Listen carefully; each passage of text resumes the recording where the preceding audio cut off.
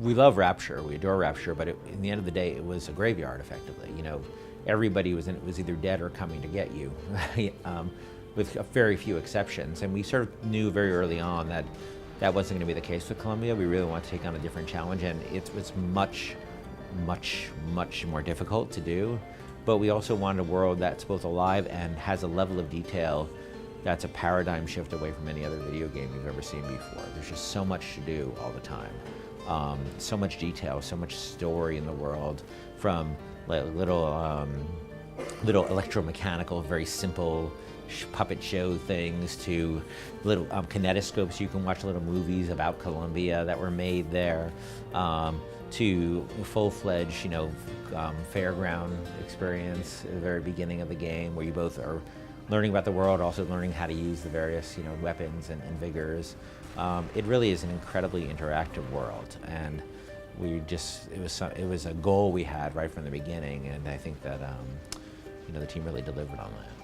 And the leader of the city, this Father Comstock, they call him, he purports himself to be a prophet, that he can see the future, and there are several visions that he's had, and one is the angel Columbia coming to him, and God going to Moses and saying, lead your people to this promised land.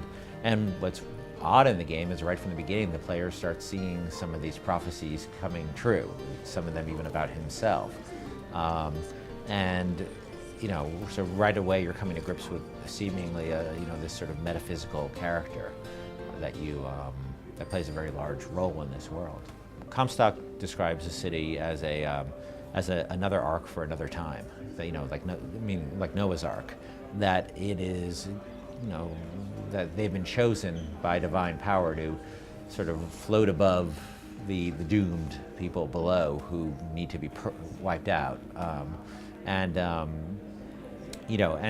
it's he views that as his mission, is to carry humanity forward, but the right kind of humanity forward. Anything related to the story is always difficult to talk about because we don't want to spoil anything for people, and I think we're hearing from people, and we were hoping to hear was that it's both at the same time incredibly similar and incredibly different to BioShock 1. And here you're going up instead of down, but there's also a lighthouse, and there's also a sense of this starting point. And so there's similarities, but they're also opposites in a lot of ways. And then even if you look at, like, say, Comstock and Ryan, they seem like opposites in terms of their personalities, and one is a capitalist atheist, and Comstock is a religious fundamentalist, and they seem so different, but at the same time, they both have this belief system that they believe solves all problems, and anybody who disagrees with them, they have a real problem with. And Elizabeth is very present in the world. I think that's one thing that's striking about her, is that we work very hard that she would take the player's cues and find opportunities to do cool stuff that the player doesn't have to wait for or doesn't have to direct or drive. And the game is, and it's sort of our first opportunity to show off this is not an AI you've really seen before.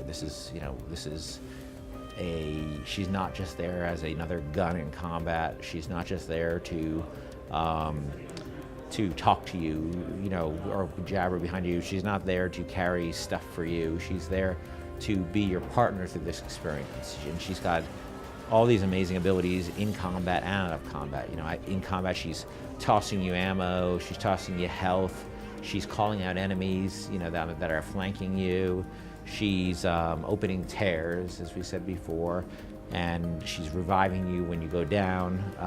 And out of combat, she's sort of like the little nerd girl of 1912. She's got all these. She was locked in this tower, so she had all these interests like picking locks and cryptography, breaking codes, music and art, and you see all those interests sort of come about in the game because she helps you break into locks and open saves and safes and things like that. And there's some code breaking that she does for you.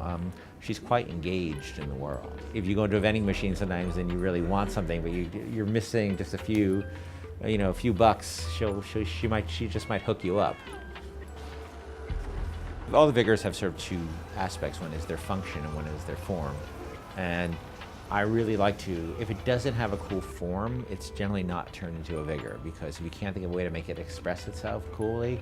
So like the Murder Pros is great because, you know, the notion of you can fight many enemies at once in this game, unlike BioShock 1. There's a lot of more variety of the combat.